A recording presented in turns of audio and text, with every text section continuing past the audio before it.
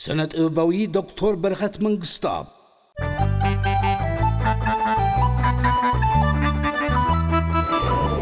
كبراتن كبرانن قصل لنا نابت وشتي ناتوي تذكرونا كبربرناي ناي برخت ايرت اكان كل غسي كابينا يزاريو يتي زدنصوكا عليه اب برخا يزلو برخا فلو غس اب ኢትዮጵያ ይዘሎ አዱ የለን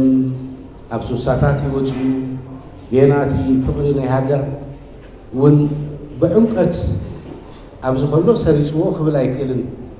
ምናልባት አብ አዲስ አበባ ዚያዳ መስከደል ምስ ማህበር ሸው አት ምትእሳር ነው ቀዳማይ ከብዘንወልና ግን ትውስተዘ ዝኾነ መልእኽቲ ሓያል ነው አነ ከምዝትኩሞ ቶም መዘና ይዝነበሩ ዘይትዋንጥራ እርድኡ ከምዝነበሩ ከምታ ቀዲመ ዝበልኩኹም መብዛሕትኡ ናይ ሱሳታት ደርፍታ ካብቶም ደረፍቲ እቲ ህዝቢ ዝትርጉሞ ይበዝሕ ነይሩ ባዕሉ ትርጉሞ እዚኡ ከዓ ሓይሊ ይብዎ ኣኪዩ ኣበርክቶ ናይቶም ደረፍቲ ቀሊል ኣይነበረን ግን ህዝቢ ከዓ ኣብ ድልየቱ ንኩሉ እቲ ግጥምታት ናይ ደርፊ ኣብ ድልየቱ ይትርጉሞ ስለ ዝነበረ ዝያዳ ሓይሊ ይመፅእ ነይሩ ኣሞራ ተዝኾነ ብዝዓለም ክዛውነ ኣብ ኣየርን ሰማይን ልዕሊ ባሕርን ቀላይን ኣብ ጠፈር ሃዋሁ ዝዝንብን ተዝኸውን ኣብቲ ኣነ ዘፍቅራ ንሳ ዘላቶ ስፍራ ተዝኸውን ኣሞራ መኸትኩ ከማኽራ ንዓና ርዱ እዩ ነይሮ ነዞም ናይ ሱሳታት ተሳጊረ ትሩባ መወፃእ ኩብቲ እምባ ነታ ፍቅረይ ከረኽባ ናይ ልበይ ከዛርባ ድልየተይ ተዝፍፅም ከይደቀስካ ዝሕለም ከይፈተልካ ዝሕለም ተኣምር ናይ ዝዓለም ከቢድ እዩ ነይሩ መልእኽቱ በረኸት በዚ መንገዲ ክኸውን ይኽእል ብናቱ ከዓ ክኸውን ይኽእል ግን እቲ ዕላማ ዝፈላለየ ኣይመስለንን እዚኣ ብሰብዓ ተደሪሳ ከምኡ እናበለ ክሳብ 74 75 ቀፂሉ ትደርፊ ተኸልኣይቲ ታሪክ ዘለዋ እያ ኣብ ዓሰብ ተዘንጥወልና ዕድል ክንቦይና ሕጅና ደረታውን ኩሉም ቅድሜና ቅጅል ክብሉና ዝፀልሑ መንእስያት ዝተቆትሉሉ እዋን እዚ ደርፊ እዚ እዛ ሕጂ ክትሰምዑዋ ፀናሕኩም ምስ ተደርፈት ዝተፈፀመ ሃላቕ ፍፃሜ ናይ ትሽዕ እዋን መዘከርታ ሰማያዊት መንዲል ከዘንትወልኩም ረኺባ ዕድል ሂባትን እደይ ሒዘያ ብኢደይ እታ ለብዋ ታሪክ ነይርዋ ልክዕ ከምታ ታሪክ ነይርዋ ዝበለኻ ታሪክ ተፈፂሙ እንታይ ትዝክር ዛ ዘሎ እዚኣ በረኸት ድሕሪት እናተመለስኩ ናይ ነዊሕ ግዜ ዝኽሪ ትምፅእ ኣለኻ ብእውነት ጃህራ ከይንብሎ ጃህራልካ ሓበሬታ ወይ ዛንታ ንኽባእካ ኣይግባእን እቲ ሃገራዊ ወኒ ኣዝዩ ዝሓነነሉን ዝዓበየሉን ዘስፋሕፋሓሉን እዋን እዩ ኣነ ድሕሪ 15-16 ዓመት ካብ ቀዳማዊ ሃይለ ሥላሴ ቲያትር ምናተይ ሕቶ ገዲፈ የወፅአ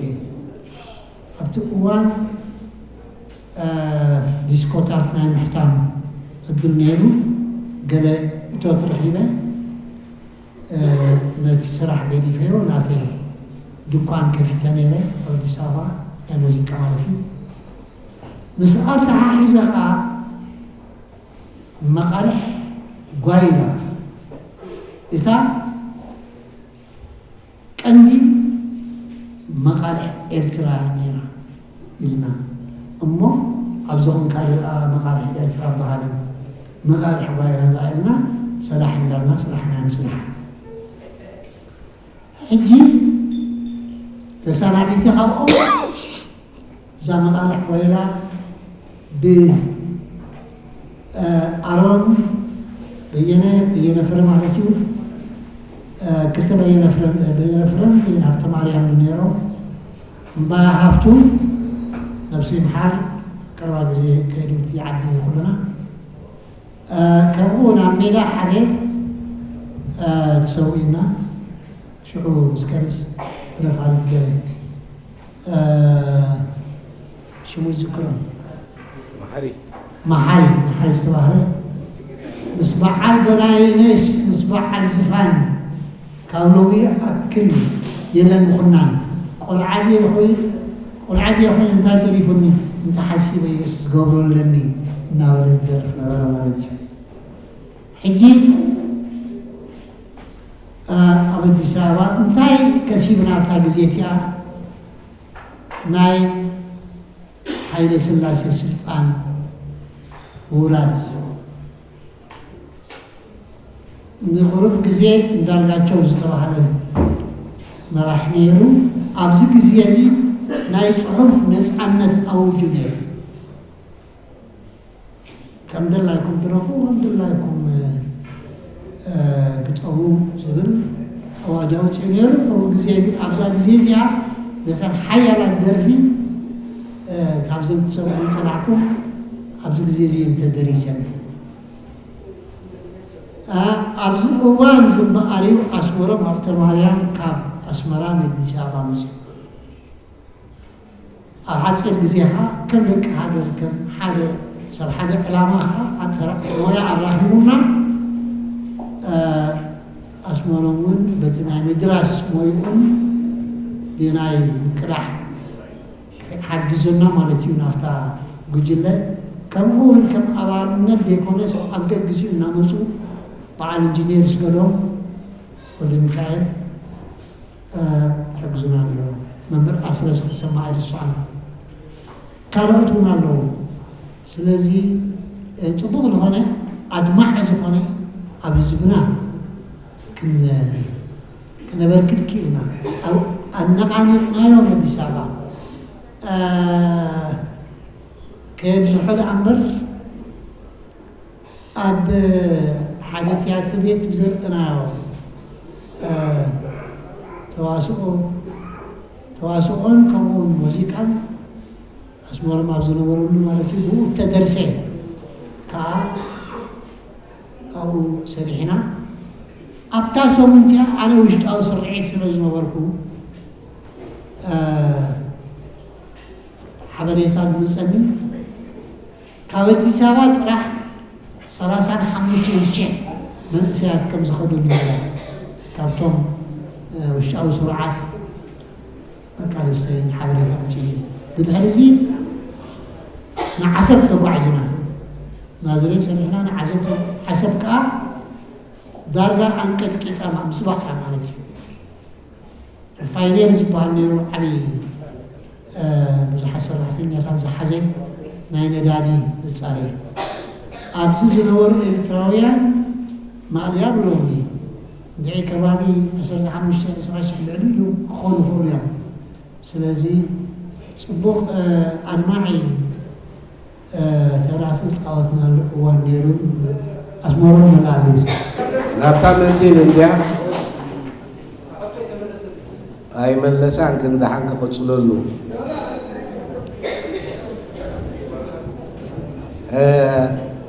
እታ ፍጻሜ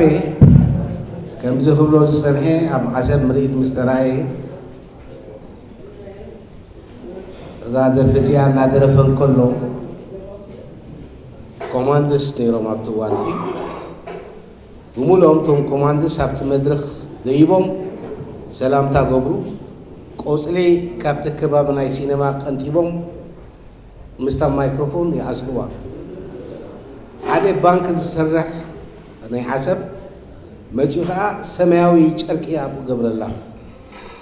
እንደገና ሰላምታ ገቡ ከም ኮማንድ ተመሊሰው እግርግር ኸውን ሰዓት ሓደ ናይ ለይቲ መሰበለ ተጠውብል ቲ መሬት ተጠው መስበለ ሸውን ስበይቱ أقدمهم لبركة وسيلهم وأسيرهم نحن عند قصنا إلى نيرنا سبحيتو نجوه بمولو تعسب من قصاص خون أجرجر في الدار كأن وحالكم جن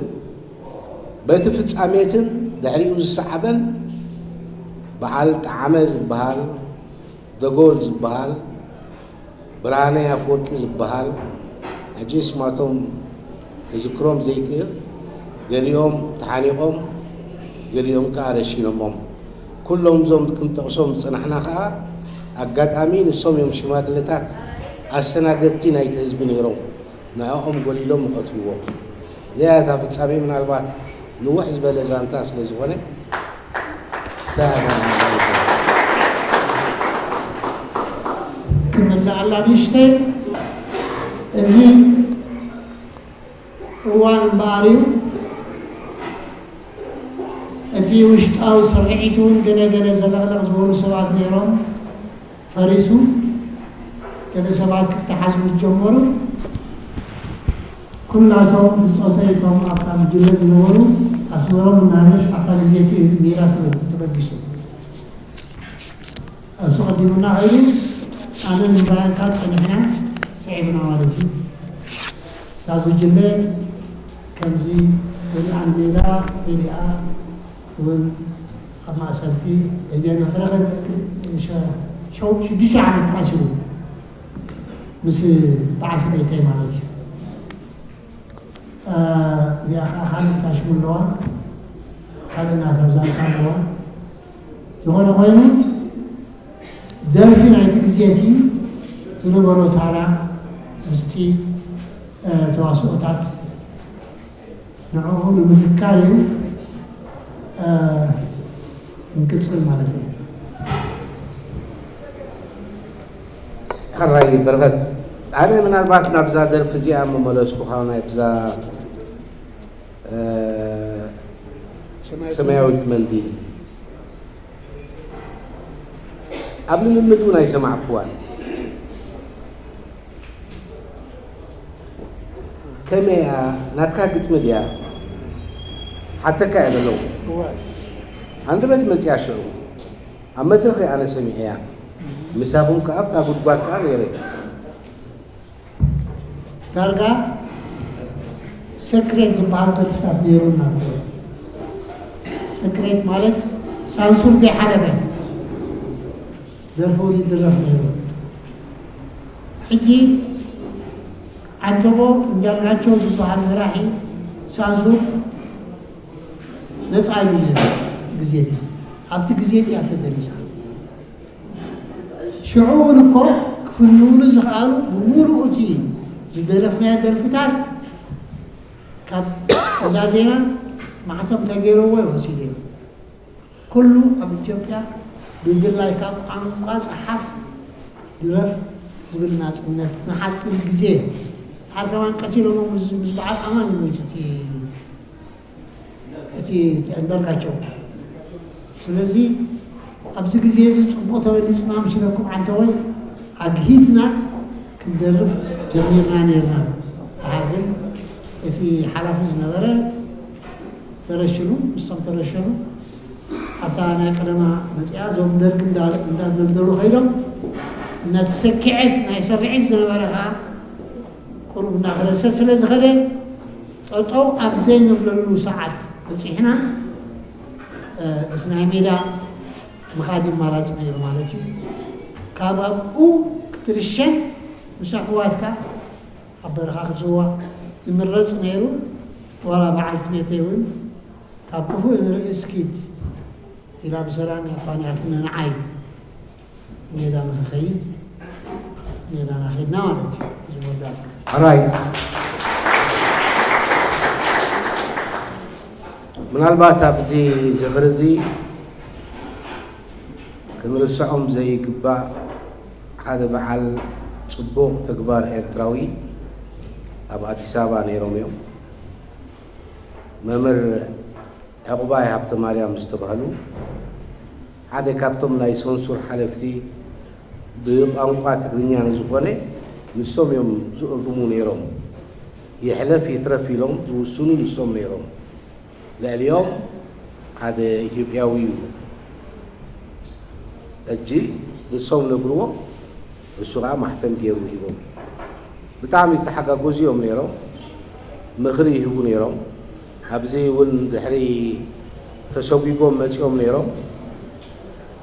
ኣብዚ ቀረባ እዋን ካብዛ ዓለም ብሞት ተፈልዮም ኣብ ባንክ ኣባይትን ንግድን ዝሰርሑ ነይሮም ዝቐረባ እዋን ግን ከም ዝዓረፉ ሰሚዐ ደራሲ እዮም ነይሮም መፅሓፍቲ እውን ሓትሙ ነይሮም ብትግርኛ እቲ ከቢድ እናኸበደ ዝኸይድ ነበረ ብኣዲስ ኣበባ ዝኾነ ድራማ ትህቦም ብትግርኛ ኣብ ኣምሓርኛ ክትርጎም ኣለዋ ዳሕራይ ኣብ ኣስመራ እውን ከምኡ እዩ ነይሩ ነቲ ግጥሚ ናይ ደርፊ ወይ ድራማ ናብ ኣምሓርኛ ተተርጉሙ እዩ ብሰንሱር ዝሓልፍ ነይሩ ስለዚ ብዙሕ መሰናኽል ይሕለፍ ነይሩ ማለት እዩ እቲ እዋን እቲ እሞ ዘረባ በዝሕ ከይህሉ ናብ ደርፊ ዶ ንእቶ እያ በረኸት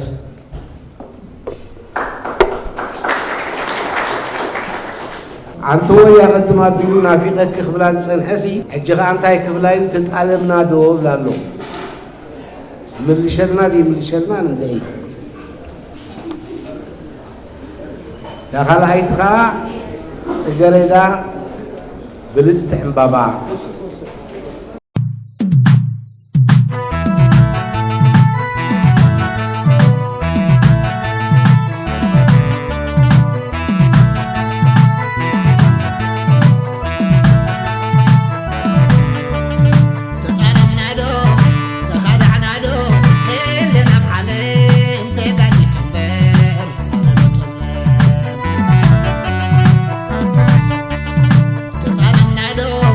تقال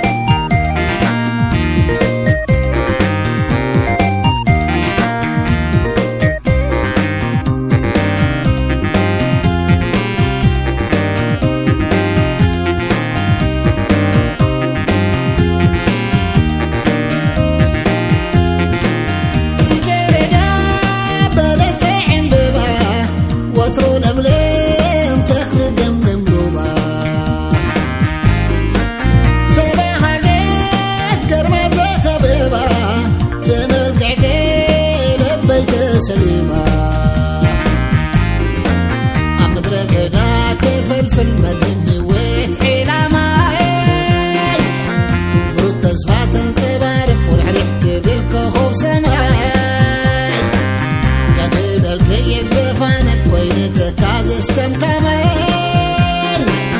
تمنى خير فاللبي ورتك باقي حلمي